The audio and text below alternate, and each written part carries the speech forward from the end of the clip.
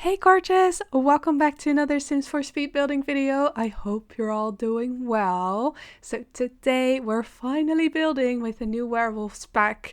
I know it has been a while since my last video, but yeah, I've been quite busy with some personal stuff. As I mentioned in my previous video, I'm currently busy with buying a new house basically. Well, we bought a new house, but there's a lot of stuff that we need to arrange, such as mortgage, such as selling the house that I'm living in right now, and it's all a little bit stressful, so YouTube has become a little bit of an afterthought at the moment. But yeah, I still was very happy to get my hands on the new werewolves pack, and I was excited to do a little build with it for you guys today. So here we are.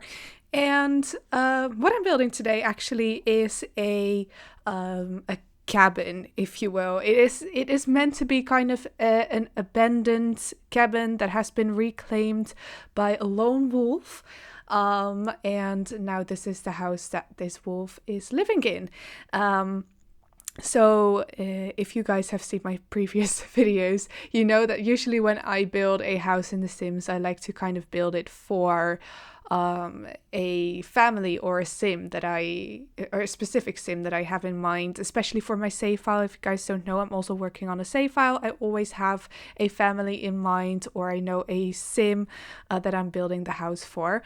But this time I just kind of wanted to play around with the new stuff that we got in the pack. But as soon as I started building, you know, because it's such a specific themed build, I started to really think about what kind of sim would live in a place like this. And I feel like it would suit the kind of lone wolf narrative. I guess I was kind of inspired by the lore of Greg, the werewolf Greg in this pack.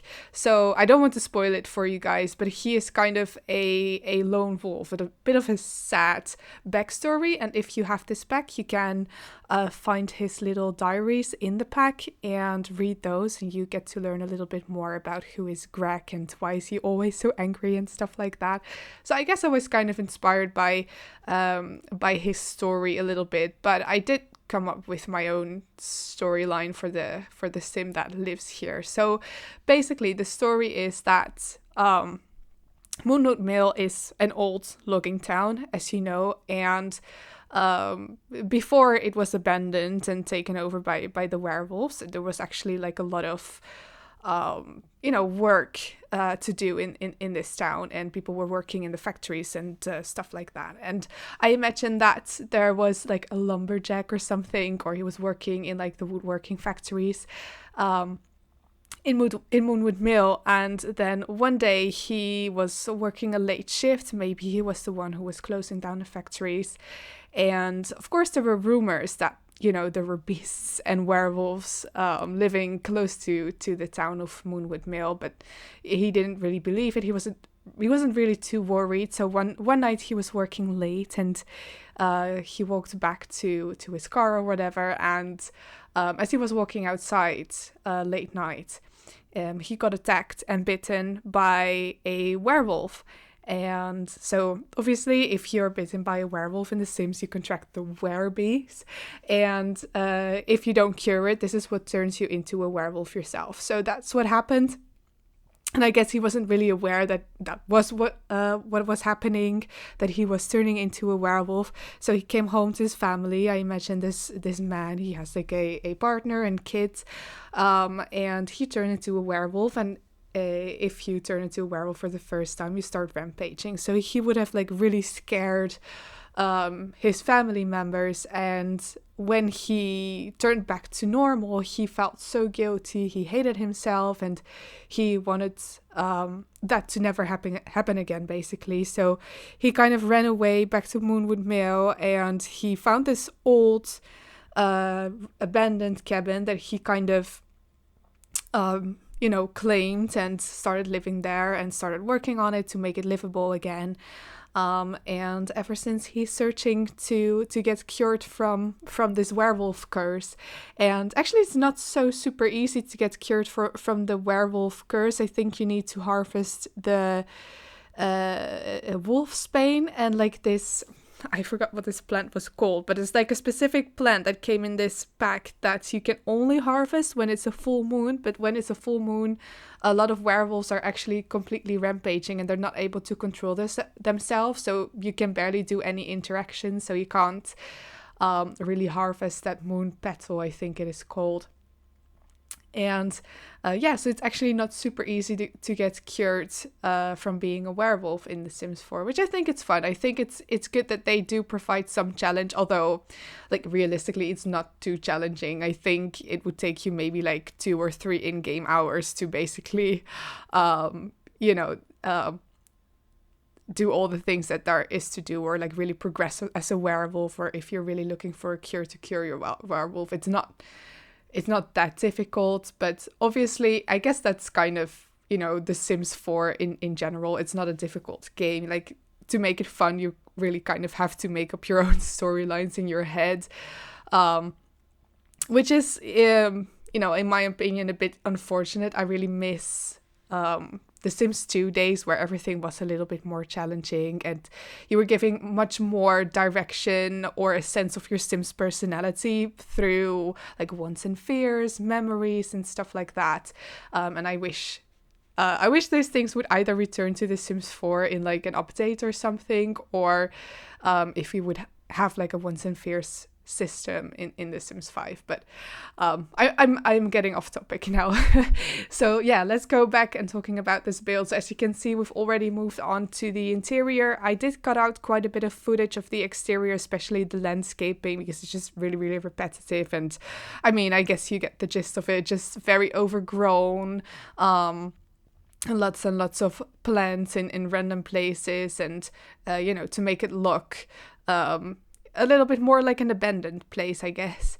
Also the living room, I used a lot of the werewolf pack stuff, and I really, really love the aesthetic of the stuff. It's really kind of that 90s grunge vibe, and you guys may have seen this video, but I also built an apartment for my save file for Lilith Pleasant, and I really wanted to make that in a like 90s grunge aesthetic. And at the time I didn't have these werewolf items, obviously, because the pack wasn't out yet, but I think I'm really happy with these items, and I think they suit certain styles, and I really, really love this style. And I wish I could have used these items for Lilith's apartment as well, and maybe in my own time, when I'm playing with my own save file, I might update her apartment, or maybe turn her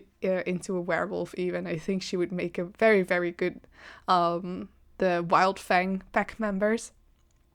So yeah, this cabin, basically it has 1 bedroom only, but there's also a usable attic space that you could turn into another bedroom if you wanted to. I guess it's quite narrow. It's like a 2 by, I don't know, 10-ish attic, so you could just place like a single bed there if you wanted to, or if you needed some extra space for additional Sims that you want to be living here. But at the moment I just use the attic as like a kind of random like storage space. There's just heaps of old junk there, and I thought that kind of fits the storyline behind this cabin. But yeah, I thought it would be nice to actually include like a functional attic space, because usually when I build attics in my builds, or you have like a higher roof or a higher pitched roof, and you build an attic into it, or you put a window in it to make it look like there's an attic, but there's not really an attic in The Sims 4 because it's not easy to make attics in The Sims. It's just always a little bit of a shame. So I just really love that I was able to put an actual attic in this space.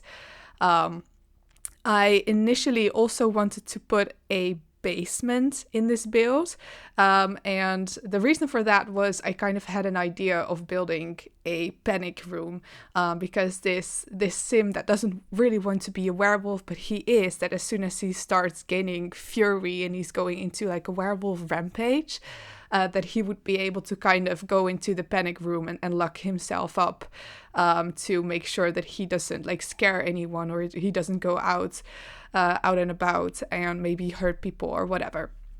So I wanted to build a basement in this house, and eventually I did, but it's not accessible from the main structure because the main structure is on a foundation, and if you want to build an attic in a house with a foundation, I believe you need to do like some kind of split level or something, otherwise it won't work. But the house was also kind of on a hill, so it was very difficult.